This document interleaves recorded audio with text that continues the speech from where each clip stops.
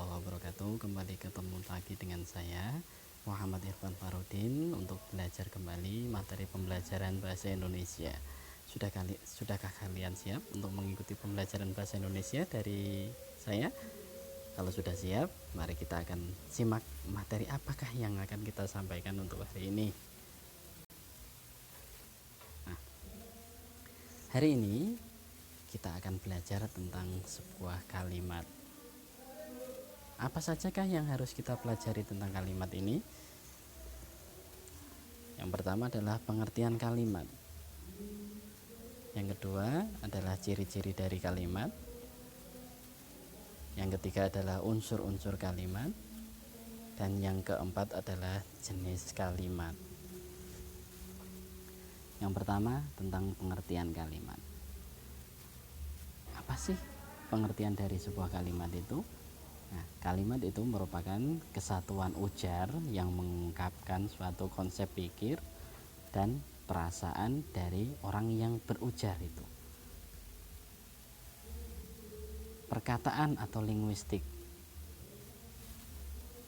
satuan bahasa yang secara relatif berdiri sendiri, mempunyai pola intonasi final dan secara aktual maupun potensial terdiri atas klausa. 3 jenis itu tadi merupakan pengertian kalimat menurut Kamus Besar Bahasa Indonesia. Ciri-ciri kalimat. Apa saja ciri-ciri kalimat? Nah, yang pertama, kalimat itu merupakan bahasa tulis yang diawali dengan huruf kapital dan diakhiri dengan tanda baca akhir. Yang kedua, kalimat aktif sekurang-kurangnya mempunyai 2 fungsi kata dalam kalimat, yaitu fungsi kata sebagai subjek dan fungsi kata sebagai predikat.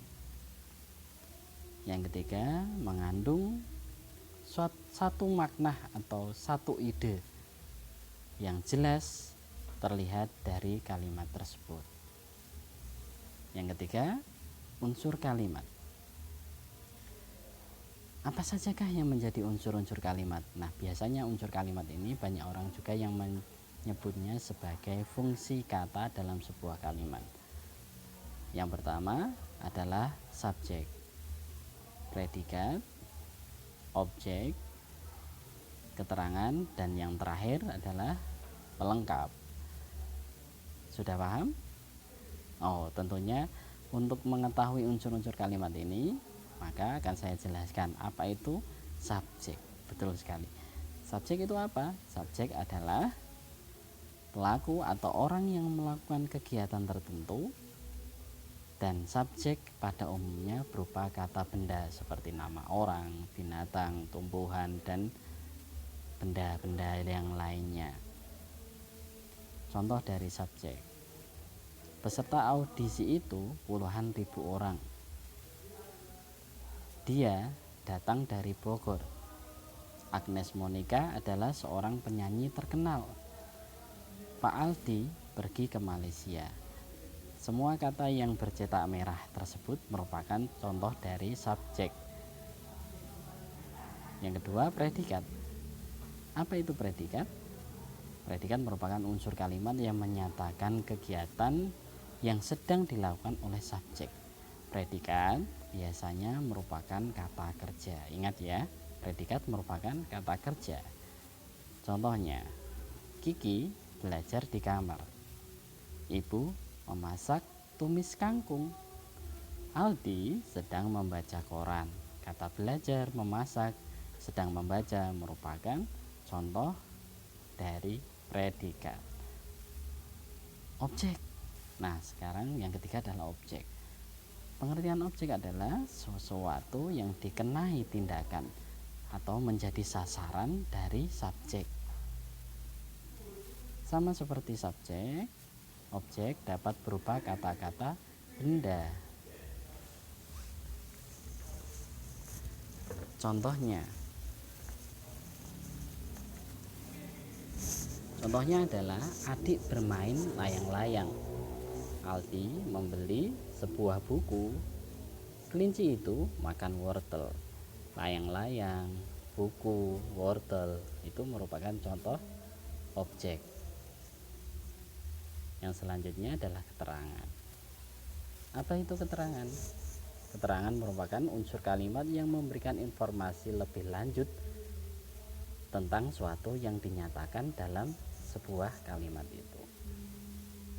Contohnya, ibu menyuruhku cepat pulang karena cuaca sudah mendung. Yang kedua, Super Junior akan konser di Indonesia. Yang ketiga, ibu memotong bawang. Kata, karena cuaca sudah mendung di Indonesia dengan menggunakan pisau, itu merupakan contoh-contoh keterangan yang menjelaskan lagi tentang sebuah kalimat itu. Pelengkap yang terakhir, yang kelima. Apa itu pelengkap? Pelengkap merupakan unsur kalimat yang fungsinya seperti objek. Akan tetapi yang membedakannya adalah pelengkap tidak bisa dirubah menjadi subjek pada kalimat pasif, dan pelengkap biasanya terletak setelah predikat atau objek. Contohnya, Aldi ingin selalu berbuat kebaikan. Kaki Aji tersandung batu. Mahkota itu bertahtakan berlian. Kata kebaikan, batu, dan berlian pada kalimat-kalimat tersebut merupakan pelengkapnya. Selanjutnya adalah jenis-jenis kalimat. Nah, ini jenis kalimat. Yang pertama adalah kalimat berita, yang kedua kalimat perintah, dan yang ketiga adalah kalimat tanya. Jenis-jenis kalimat ini merupakan jenis kalimat yang didasarkan atas fungsi dari penggunaan kalimat tersebut. Yang pertama tentang kalimat berita. Apa sih pengertian kalimat berita itu? Kalimat berita adalah kalimat yang isinya memberikan informasi kepada pembaca atau pendengarnya. Nah, biasanya kalimat berita ini juga biasa disebut dengan kalimat deklaratif. Contoh kalimat berita. Banyak siswa SMK 11 Semarang magang di luar negeri. Ananta adalah salah satu alumni yang berhasil mendirikan perusahaan percetakan di kota Bumirejo. 10 hari yang lalu SMK 11 Semarang gempar karena kedatangan Presiden Afrika Selatan yang merupakan alumni. Nah, diperhatikan dari contoh-contoh kalimat itu. Semuanya diakhiri tanda baca titik. Betul sekali, kalimat berita merupakan kalimat yang diakhiri tanda baca titik. Kalimat perintah yang kedua. Apa itu kalimat perintah?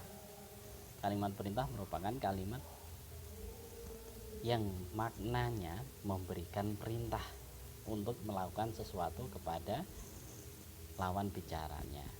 Betul sekali, kalimat perintah ini biasa disebut dengan kalimat imperatif. Contoh kalimat perintah adalah, berliburlah ke tempat nenekmu, naiklah bus kota sekalian. Konsep perjanjian itu diketik dengan rapi ya. Nah, dilihat dari 3 contoh kalimat tersebut, semua diakhiri dengan tanda seru. Betul sekali, kalimat perintah mempunyai ciri diakhiri dengan tanda baca seru. Selanjutnya adalah kalimat tanya.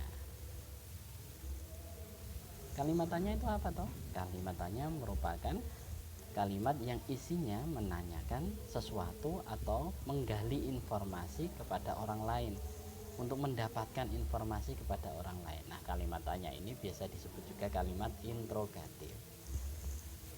Contoh kalimatnya. Nah, Andi, siapakah yang mengerjakan tugasmu ini? Apakah yang menjadikan kendala kalian untuk tidak mengerjakan tugas? Seberapa seringkah kalian mengucapkan terima kasih kepada orang tua? Nah, ketiga kalimat itu semuanya itu merupakan kalimat perintah. Maaf ya, kalau semuanya merupakan kalimat tanya. Apa tandanya?